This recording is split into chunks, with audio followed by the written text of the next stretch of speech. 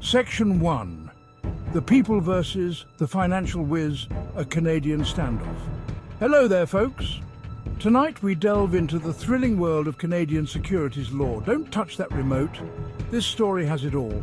A supposed financial mastermind, outraged investors, and enough legal jargon to make your head spin. It all went down in the Great White North, where a man named Wei-Jin Tang decided to challenge the very system designed to, well, regulate guys like him. You see, Tang ran an investment fund, and not just any fund, mind you. This one promised astronomical returns, the kind that makes you check your bank account twice and pinch yourself to make sure you're not dreaming. But dreams, as they often do, have a nasty habit of turning into nightmares. And in this case, that nightmare was personified by the Ontario Securities Commission, or OSC, for those who like their acronyms short and punchy.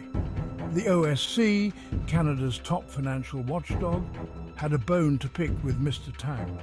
They accused him of running an illegal investment scheme, one that skirted regulations faster than a Canadian goose heading south for the winter. Tang, however, was not about to go down without a fight. He was ready to battle the OSC with the tenacity of a hockey dad in the penalty box. This, my friends, was shaping up to be a legal showdown for the ages. Section 2. The tension is thick enough to cut with a butter knife inside the hearing room. Picture this, November 13th, 2009. The air in the OSC hearing room is as thick as maple syrup.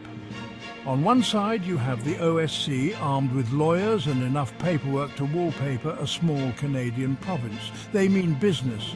On the other side sits Wei-Jin Tang, the man of the hour, looking about as comfortable as a moose in a china shop. Tang wasn't your typical Wall Street slickster.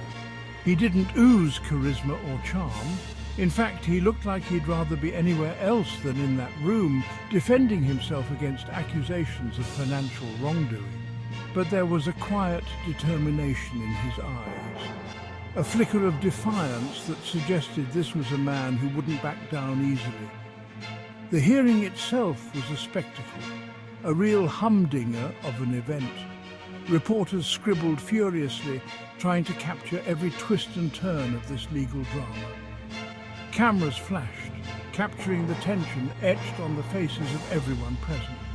It was like a scene straight out of a John Grisham novel, only with fewer explosions and significantly more Canadians. Section 3, he's a rogue. With a spreadsheet, the prosecution makes its case. Leading the charge for the OSC was Hugh Craig, a man who could probably make tax law sound exciting.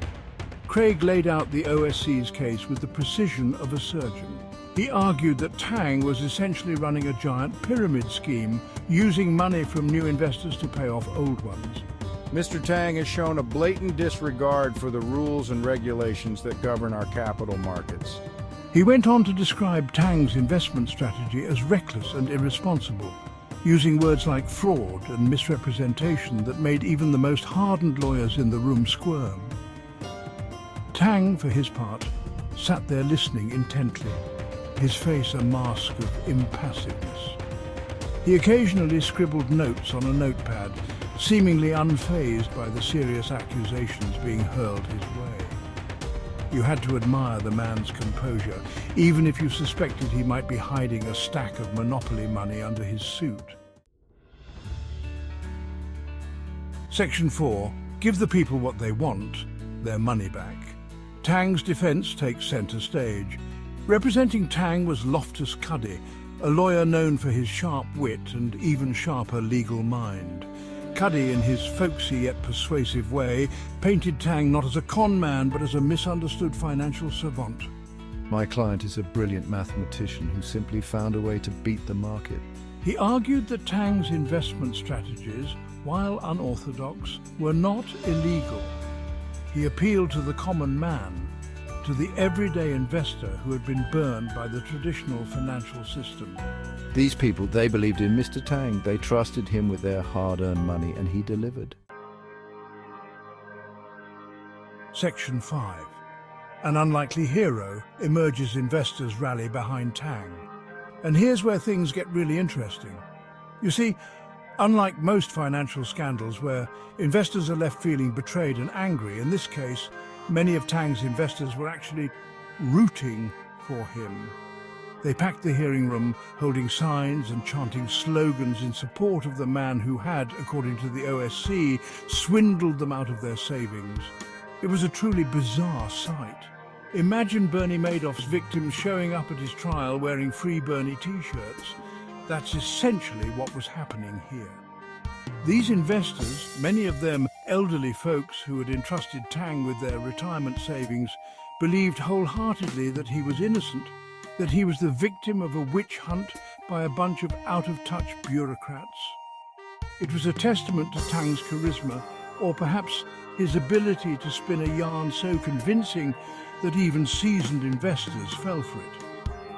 Whatever the reason, the unwavering support of his investors added another layer of complexity to an already fascinating case. Section 6. Justice, OSC style, the verdict is in.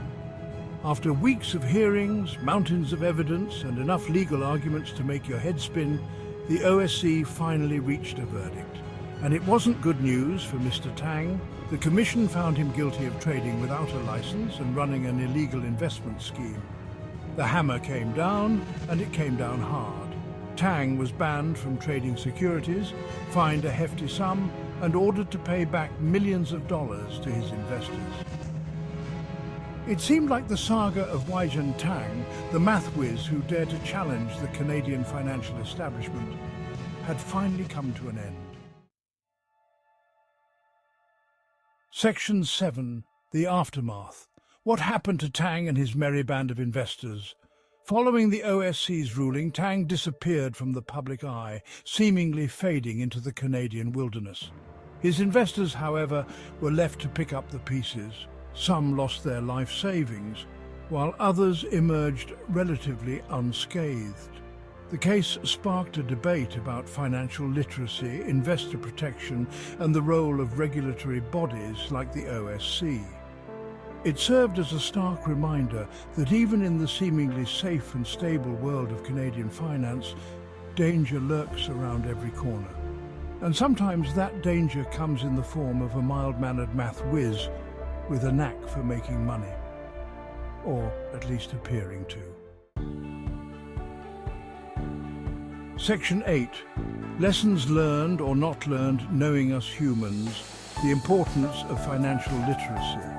The Tang case underscored the importance of financial literacy, a concept about as exciting as watching paint dry, but infinitely more important. It highlighted the dangers of blindly trusting charismatic individuals with your hard-earned money, no matter how impressive their track record might seem. If it sounds too good to be true, as the old adage goes, it probably is. Sadly, this timeless wisdom often falls on deaf ears, particularly when it comes to the allure of quick riches. The human tendency to chase after the promise of easy money is a tale as old as time, and one that often ends with people losing their shirts, their socks, and maybe even their pet hamsters. Section 9. The system, man, how regulatory bodies impact our lives. We might grumble about them, but regulatory bodies like the OSC play a vital role in maintaining order in the often chaotic world of finance. They act as referees, ensuring, or at least attempting to ensure, that everyone plays by the rules. Are they perfect? Of course not. Are they sometimes slow, bureaucratic, and seemingly out of touch with the needs of everyday investors? Absolutely. But they exist for a reason, to protect us from the sharks, the swindlers, and the occasional math whiz who thinks they've cracked the code to infinite wealth. Section 10.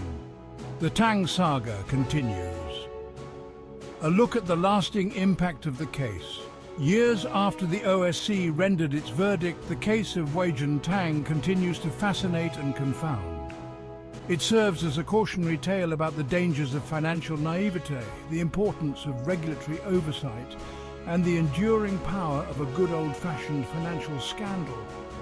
And as for Wei Jintang himself, well, some say he's still out there, somewhere in the vast Canadian wilderness, crunching numbers and dreaming of his next big score.